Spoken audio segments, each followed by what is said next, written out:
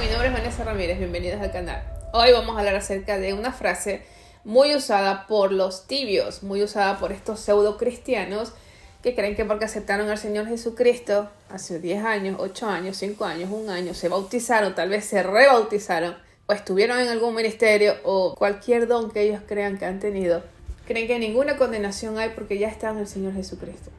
Utilizan esta frase, esta es la frase favorita, esta es la frase de cajón de los tibios. Una vez más, los que van a ser vomitados en el infierno por nuestro Señor Jesucristo. La frase es: ninguna condenación hay para los que están en Cristo Jesús. Esta frase la encuentran en Romanos 8. Van a encontrar también en la Biblia virtual de Pinterest, porque la gente muchas veces busca versículos en Pinterest para sentirse más espirituales. Ahora pues, ninguna condenación hay para los que están en Cristo Jesús. Muchas veces no ponen lo que sigue en este versículo: los que no andan conforme a la carne, más conforme al Espíritu. El tibio solo agarra la mitad del versículo y lo cree de verdad en su corazón que no va a haber ninguna condenación para los que alguna vez aceptaron al Señor Jesucristo. Esta es la frase favorita de los que solo creen en el Nuevo Testamento, se apegan al Nuevo Testamento, no quieren saber nada del Antiguo Testamento y piensan que nuestro Dios, el Dios de los ejércitos celestiales, es una especie de Papá Noel o de genio de la lámpara, al que tú solo lo frotas y sale y te concede todo lo que tú quieres. Y no te condena, no te juzga, porque Dios es amor. Entonces, como Dios es amor, ¿cómo va a juzgar a sus hijos? Esta frase está llevando a los cristianos tibios al infierno y puede confundir a los verdaderos cristianos. Vamos a ver si esto es verdad. Vámonos al capítulo 6 de Romanos, ahí mismo. Recuerden que cuando vean un versículo y les llame la atención, o cuando vean un versículo que la gente los quiere tratar de convencer que esto es lo que dice la Biblia, vayan hacia atrás, vayan hacia adelante. De eso se trata el escudriñamiento de la Biblia, de que si me dan un versículo que parece muy bonito, tengo que ver qué dice antes, qué dice después. Vámonos a Romanos 6. Versículo 1. Pues, ¿qué diremos? ¿Perseveraremos en pecado para que la gracia crezca? Hablando de los que abusan de la gracia. En ninguna manera, porque los que somos muertos al pecado, ¿cómo viviremos aún en él? ¿O no sabéis que todos los que somos bautizados en Cristo Jesús somos bautizados en su muerte? Porque somos sepultados juntamente con él a muerte por el bautismo, para que como Cristo resucitó de los muertos por la gloria del Padre, así también nosotros andemos en novedad de vida. Pueden seguir leyendo si quieren, pero yo me voy a saltar al 6. Sabiendo esto, que nuestro viejo hombre juntamente fue crucificado con él, para que el cuerpo del pecado sea deshecho, a fin de que no sirvamos más al pecado. Es decir, si tú en verdad eres cristiano, has aceptado al Señor Jesucristo, el Espíritu Santo está en ti, vives una vida como agrada a Dios, tu viejo hombre, tu vieja mujer, tu vieja carne está crucificada. Es decir, que los pecados que tú solías hacer o las cosas que te gustaban en el mundo ya no son más. Tú estás crucificado, tú estás clavado en una cruz y ahora estás viviendo esta nueva vida. Tienes al Espíritu Santo morando en ti. ¿Cómo va a ser posible que puedas seguir cometiendo los mismos pecados o alejándote de los mandamientos de Dios ahora que eres un nuevo hombre o una nueva mujer? Sigo más adelante. Porque el haber muerto al pecado murió una vez, mas el vivir a Dios vive. Tengo mi versión 1909. Quiere decir que ya una sola vez tuve que morir al pecado. Ya no más. Ahora Dios vive en mí. Si soy una verdadera cristiana, si he aceptado al Señor Jesucristo y el Espíritu Santo vive en mí, solo una vez me crucifico. Ya está, una sola vez. Y ahora Dios está viviendo en mí. Tengo que entender eso. Si yo no entiendo esto, no puedo entender el Evangelio. No puedo entender la muerte y sacrificio de nuestro Dios. Es como que si el Señor Jesucristo tuviera que ser sacrificado 1 y 1000 veces por cada pecado que yo ahora voy a seguir cometiendo en adelante. En el 11. Así también vosotros pensad que de cierto estáis muertos al pecado, más vivos en Cristo Jesús, Señor nuestro. No reine pues el pecado en vuestro cuerpo mortal, para que lo obedezcáis en sus concupiscencias. Ni tampoco presentéis vuestros miembros al pecado por instrumentos de iniquidad. Antes presentaos a Dios como vivos de los muertos, y vuestros miembros a Dios por instrumentos de justicia.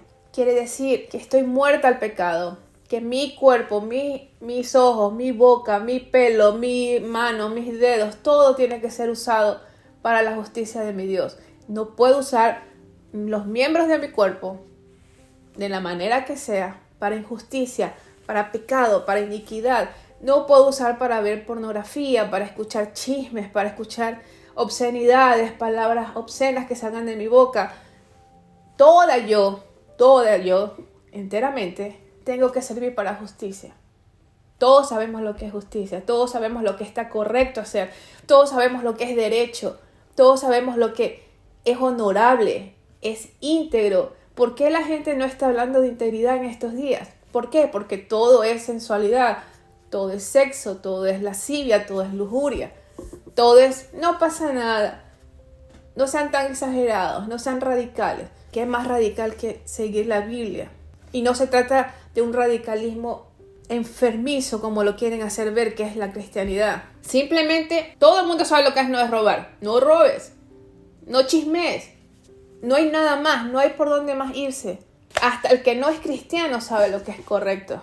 Sigo. Porque el pecado no se enseñoreará de nosotros, pues no estáis bajo la ley, sino bajo la gracia. Es decir, que como yo ahora estoy bajo la gracia y no cometo pecado, ya esa ley de pecado ya no está en mí. No voy a morir, no me voy a ir al infierno. Morir eternamente es la separación de Dios, es que nos vamos al infierno. Como ya yo estoy bajo la gracia y no peco, porque eso es estar bajo la gracia, no pecar. No quiero decir que van a ser perfectos, ni que yo soy perfecta y que no peco alguna vez o me enojo o digo algo que no debo decir y enseguida pido perdón. No se trata de eso. Se trata de que ya mi cuerpo se deshabilitó o mi cuerpo se despegó de ese viejo vivir, de ese viejo pensar, de ese viejo hablar. Ahora estoy bajo la gracia. En el 15, ¿pues qué? ¿Pecaremos porque no estamos bajo la ley, sino bajo la gracia? En ninguna manera. En el 16, ¿no sabéis que a quien os prestáis vosotros mismos por siervos para obedecerle, sois siervos de aquel a quien obedecéis? O del pecado para muerte o de la obediencia para justicia. Sabemos que somos siervos de Dios, hijos, siervos de Dios. Cuando uno dice que uno es siervo de alguien, es que tú tienes un amo, tú tienes un señor a quien obedeces. No puedes decir, soy sierva de Dios, soy hija de Dios y le estoy obedeciendo al pecado. Es decir, estoy chismeando, voy a la iglesia los domingos, pero salgo y comienzo a hablar y a criticar a todas las personas.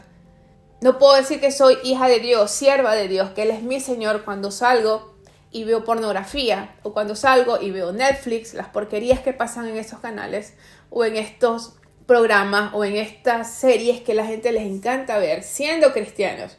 Yo no puedo decir que soy sierva de Dios y que Él es mi Señor cuando escucho lo que escucho, canciones obscenas, canciones que si yo me las pongo a leer no las puedo leer en público porque me pondría roja de vergüenza, pero si le ponen la música entonces sí, pues no pasa nada, vamos a escucharla. Yo no puedo decir que soy sierva de Dios cuando mi Señor son mis deseos, es lo que quiero hacer, es mi voluntad, no me importa si mi voluntad se va contra la Biblia, es lo que yo quiero hacer y es mi sueño. Yo no puedo decir que soy sierva de Dios, yo no puedo decir que soy hija de Dios. Porque uno cuando tiene un padre obedece. Y uno cuando tiene un señor obedece. Somos siervos y somos hijos. Ese es el peligro de estas frases utilizadas sin contexto, sin pensar en lo que se está refiriendo Pablo cuando les decía. Sí, ninguna condenación hay en Cristo Jesús. Porque yo vivo conforme como Dios quiere. Porque nada me puede condenar. Porque estoy prestando mi cuerpo, mis miembros, mi mente, mi espíritu. Todo está conectado al Señor. Por medio del Espíritu Santo y por medio y gracias al sacrificio en la cruz del Señor Jesucristo. Entonces cada vez que yo piense en mi Señor Jesucristo y recuerde su sacrificio, tengo que recordar que yo también estoy crucificada ahí.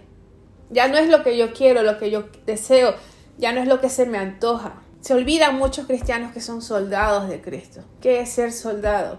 Cojan un diccionario, investiguen las palabras. ¿Qué es ser soldado? ¿Qué es ser un siervo? ¿Qué significa? ¿Cómo actúa un siervo con su amo? Esto es lo que nos está diciendo Pablo. Ahora somos siervos de Dios. No sirvo al pecado, sirvo a mi Señor. En el 17. Pero gracias a Dios que aunque fuiste siervos del pecado, habéis obedecido de corazón aquella forma de doctrina a la cual sois entregados. Una vez que entra la doctrina del Evangelio, acepté al Señor Jesucristo, ya no soy sierva del pecado. No puedo ser sierva del pecado. Es algo que no se mezcla, no hay cómo. En el 18, y libertados del pecado sois hechos siervos de la justicia. Humana cosa digo, por la flaqueza de vuestra carne, que como para iniquidad presentasteis, vuestros miembros a servir a la inmundicia y a la iniquidad. Así ahora, para santidad, presentéis vuestros miembros para servir a la justicia. En el 22 me adelanto, más ahora, librados del pecado y hechos siervos a Dios, tenéis por vuestro fruto la santificación y por fin la vida eterna. Porque la paga de pecado es muerte, mas la dádiva de Dios es vida eterna en Cristo Jesús nuestro Señor. Quiere decir que como yo ya no sirvo el pecado, soy nueva criatura, estoy crucificada, mis miembros le sirven a la justicia, hago lo que mi Señor quiere porque yo soy sierva y obedezco a mi amo, a mi Señor, que es el Señor Jesucristo, mi Dios de los ejércitos celestiales. Ya estoy santificada. El Espíritu Santo está en mí, me hace hacer lo que es correcto. Estoy andando en santidad. Sáquense las imágenes que los católicos les metieron por miles de años, haciéndoles creer que un santo es una cosa que tiene una aureola encima, está vestido de blanco y se está latigando todo el día. Eso no es ser santo. Eso no es ser santo. Es lo que yo hago, cómo decido vivir, mi obediencia, se la rindo a mi Dios. Yo decido, porque tengo libre albedrío, obedecer, aunque no me guste a veces, aunque no entienda, obedecer. No es fácil, yo sé. A veces queremos hacer lo que nosotros pensamos que es lo más lógico, pero nuestro Dios no funciona en la lógica humana. Nuestro Dios funciona a otro nivel, a una dimensión que no podemos entender. Jamás llegaremos a entender hasta que estemos en su presencia, si Él así lo quiere. Explicarnos o darnos a conocer. Los pensamientos del Señor no son mis pensamientos ni tus pensamientos. Tenemos que obedecer. No hay otra. Entonces ahí sí, ninguna condenación va a haber para los que están en Cristo Jesús, en obediencia, viviendo en el Espíritu, conectados al Espíritu Santo, no viviendo en la carne, no viviendo en lo que sabemos que es malo. El infierno es para los cristianos también, los que se dicen cristianos, los que creen que porque han sido bautizados alguna vez, o alguna vez aceptaron, o peor, otros creen que porque la mamá es cristiana, y hace videos de YouTube, vas a ser salvo. No, Dios no es Dios de nietos, Dios es Dios de hijos. Es decir, mi relación con mi Señor es mía, me pertenece, es Vanessa con el Señor. La relación de mis hijos es individual, cada uno con Dios, a ajustar cuentas, a pasar por valles, a pasar por sufrimiento, a entender que la obediencia es fundamental para la vida cristiana. Recuerden a Samuel cuando fue con Saúl. Saúl pensó que estaba haciendo bien ofreciendo un sacrificio sin obedecer. Y Samuel le dice, ¿no entiendes que 10,000 sacrificios no se comparan con la obediencia? Estoy parafraseando. Obediencia, su voluntad, lo que Él quiere, lo que es correcto. Todos sabemos lo que es correcto. Es ético, es decente, es moral, es íntegro. Cuidado, no se dejen llevar por estas frasecitas que las encuentras en Pinterest y se ven tan bonitas, o que algún profeta falso les está diciendo, o algún pastor falso. ¿Por qué hay tanta gente engañada? ¿Por qué hay tanta gente siguiendo apóstoles, profetas, arcángeles y submarinos y todas estas cosas? Estos seres que están hablando, que están profanando la palabra de Dios, que están en herejías, en idolatrías. ¿Por qué? Porque no tienen al Espíritu Santo, no han entendido que necesitan la conexión, la relación con el Espíritu Santo. Segundo, porque no leen de día, no leen de noche, y solo se conforman a ir los domingos a escuchar lo que quieren escuchar. Porque el cristiano falso le encanta que le endulcen el oído, no le encanta que le digan arrepiéntete, no le encanta que le digan obedece, no le encanta que le digan no robes, no forniques, no chismes. No, eso no. Quiero que me digan que me va a ir bien. Acabamos de pasar el 2022. ¿Cuántos cristianos están viendo a profetas, pastores, apóstoles, demonios disfrazados, diciéndoles que este año es tu año de victoria, el 2023 se te van a abrir las puertas? No me quiero ni imaginar todas las profecías que están escuchando y que esta gente está vociferando. La única profecía que ustedes tienen que escuchar es esta. Obedece, arrepiéntete, cambia. El infierno está cerca. Esto se está poniendo más feo. Y la gente dice, no, es que los terremotos. Si no has leído Apocalipsis, entonces tú no sabes que va a haber un terremoto enorme, fuerte, que va a hacer tambalear la tierra como borracho. No hay nada de nuevo en los terremotos. No hay nada de nuevo que un apóstol o un pastor diga, es que va a haber un gran terremoto. Eso no es noticia.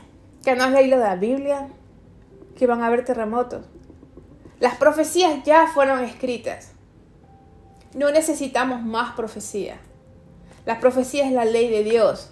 Por favor, les pido, lean el capítulo 7 que sigue, entiendan la batalla que tenía Pablo con su carne, con su cuerpo, porque decía, a veces hago lo que no quiero, pero mi espíritu quiere obedecer a Dios, pero mi cuerpo. Entonces hay una batalla, yo lo sé, todos vamos a pasar por esa batalla, porque tenemos pecado original, porque tendíamos a hacer cosas malas en el pasado, tendíamos a reaccionar de maneras incorrectas, tendíamos o tenemos la tendencia humana, carnal, de hacer lo que al cuerpo le agrada, a la carne le agrada, y lo que le agrada también a Satanás, que el Señor lo reprenda. Entonces esa batalla constante, aparte de los ataques del enemigo, tenemos nuestra propia semillita de maldad dentro. Entonces hay que batallar, hay que pelear, hay que controlar, hay que tener dominio propio.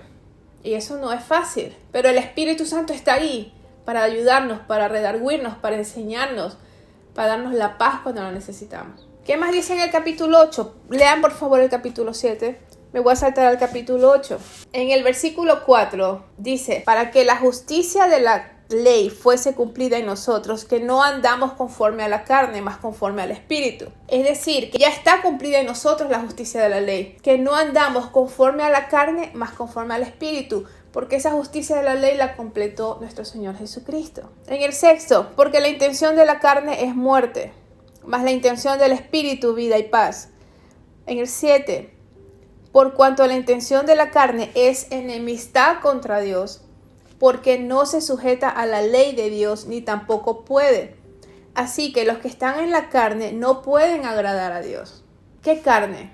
Una chiquita, una mentirita, una cosita así que sé que no debo tomar, que no es mío, pero no importa, una revista pornográfica o una peliculita. Dice, los que están en la carne disfrutando los pecados, disfrutando su propia voluntad, haciendo lo que les da la gana, no pueden agradar a Dios. Mas vosotros no estáis en la carne, sino en el Espíritu, si es que el Espíritu de Dios mora en vosotros. Si es que cuando fuiste cristiano y crees que eres cristiano, ojo, cristianos que se dicen cristianos, si tú no tienes relación con el Espíritu Santo, tú no eres cristiano. Si tú no te aseguras de hablar con el Espíritu Santo, de conversar con Él, de decirle, de suplicarle que venga a ti, que te hable, que te diga, que te dirija, tú no puedes ser cristiano. Mas vosotros, otra vez, no estáis en la carne, sino en el Espíritu. Si es que el Espíritu de Dios, el Espíritu Santo, mora en vosotros. Y si alguno no tiene el Espíritu de Cristo, si alguno no tiene al Espíritu Santo, si alguno no tiene koinonía, comunión con el Espíritu Santo, no habla todos los días y es dirigido cada día por el Espíritu Santo, si no lo entristece, el tal no es de Él. Es decir, no somos de Dios. Cuando pensamos que porque aceptamos en una oración rápida, en una iglesia, las maratones estas que hacen las iglesias, de que quién trae más gente a la iglesia, quién tiene más convertidos, qué grupo tiene más convertidos de cristianos. No, el Espíritu Santo en ti, entender que el Señor dijo, más vale que yo me vaya. El Rey de Reyes nos dijo eso, para que el Espíritu Santo venga y more en vosotros. No para tenerlo apagado, no para tenerlo olvidado, no para pensar que es un fantasma, como muchos creen. Es una persona que está esperando tener relación contigo para que puedas por fin vivir una vida cristiana de verdad y no seas vomitado en el día final. En el 13, porque si viviereis conforme a la carne, moriréis, mas si por el Espíritu mortificareis las obras de la carne, viviréis. Porque todos los que son guiados por el Espíritu de Dios, los tales son hijos de Dios. Tener al Espíritu Santo no es una especie de magia, no es una especie de truco, no es una especie... Yo recuerdo cuando yo empecé a ser cristiana, había un pastor que supuestamente él caminaba con el Espíritu Santo y él hablaba y escribió un libro que se llama Buenos días Espíritu Santo. Entonces daba las claves como para tener al Espíritu Santo. No hay tal, no hay truco, no hay magia, no hay misticismo, no es un misterio. Es simplemente orar y decir, Señor, no conozco al Espíritu Santo, Padre, muéstrame, Espíritu Santo, ven, perdóname por no haberte orado, no haber hablado contigo nunca, por no haberte tomado en cuenta, por haberte ignorado. Necesito que vengas. ¿Por qué el Señor Jesucristo dijo? Háganle preguntas. Cuestionen. Cuando no se entiende la Biblia, uno cuestiona. Yo no crean que es que soy muy inteligente. No crean que tengo una sabiduría. Es todo el Espíritu Santo. Le pregunto al Espíritu Santo, me abre los ojos, puedo entender. Su palabra dice, veremos cosas que jamás nadie ha visto y escucharemos cosas que nadie ha escuchado. Por medio del Espíritu Santo. Otra vez les vuelvo a leer. Porque todos los que son guiados por el Espíritu de Dios, los tales son hijos de Dios. Tenemos que ser guiados por el Espíritu Santo, más ahora en estos últimos tiempos. Estamos cerca del rapto, estamos cerca del cumplimiento de su palabra, del Apocalipsis. Estamos cerca de que todo esto desaparezca. Los cielos van a desaparecer, la tierra va a desaparecer como ropa vieja, se va a deshacer. No crean que esto se va a poner bonito, no. Esto se tiene que deshacer, cielo y tierra, para que entonces ahí venga el reino físico, el reino que vamos a ver. Porque tenemos que vivir ya en el reino de los cielos, en nuestro corazón, en santidad, con el Espíritu Santo, anhelando la venida de nuestro Salvador. El Espíritu Santo es vital para la vida de un cristiano. Así me despido. Que Dios me los bendiga. Nos vemos en la próxima. Les mando bendiciones. Bye bye.